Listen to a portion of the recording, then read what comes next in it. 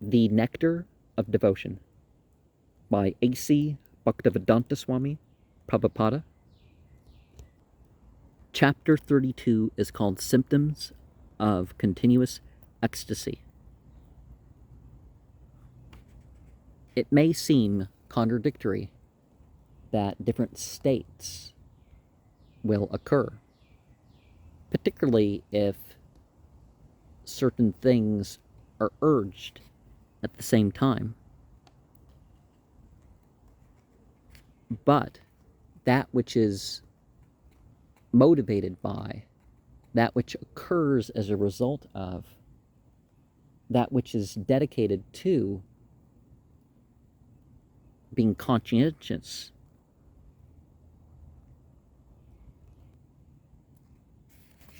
that is what we are talking about, whether it is direct or indirect, whether it's neutral or active, whether it's in terms of relationship or service, whether it's in terms of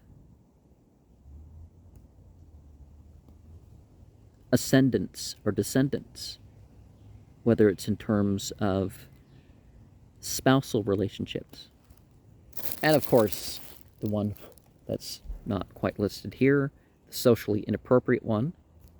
But, you know, we can't just jump here and say, I want to be socially inappropriate. That's the type of devotee I'm going to be.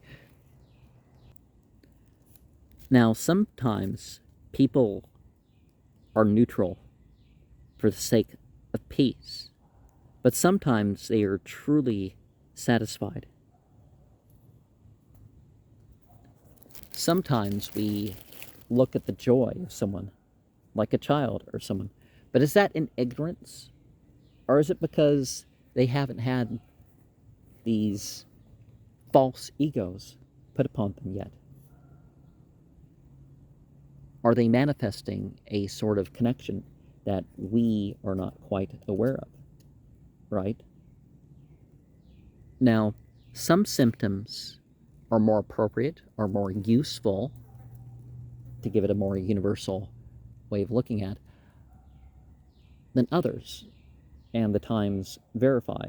The times vary for these things. Sometimes we are liberated by doing service. But that doesn't mean we don't have anxiety towards a more direct relationship with the Supreme, towards a more direct experience.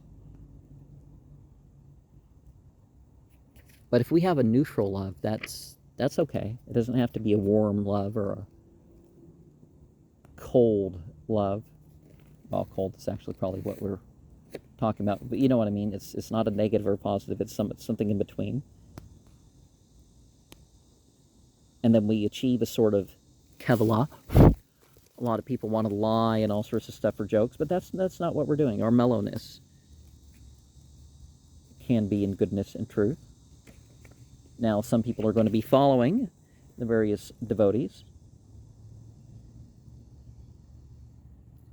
and we're going to notice the impact of certain character on others.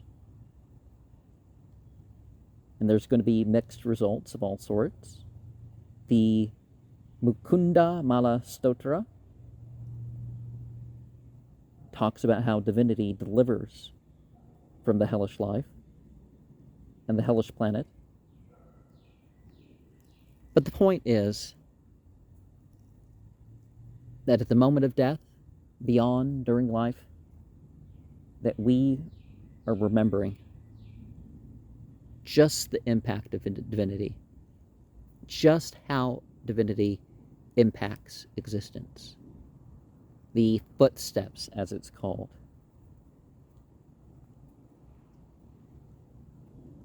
And our friendships are as Scripture describes.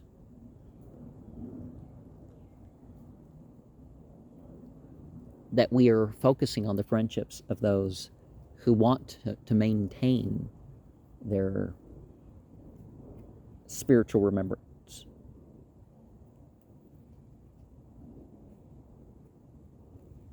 and how our roles in our families need to be in terms of this ultimate spiritual relationship. People talk about religion like it's some book or it's some building or something. But no, it's a life. It's a life for all, whether people witness it or people don't witness it. This is how we're removed from shame. This is how we're removed from guilt. This is how we're removed from fear.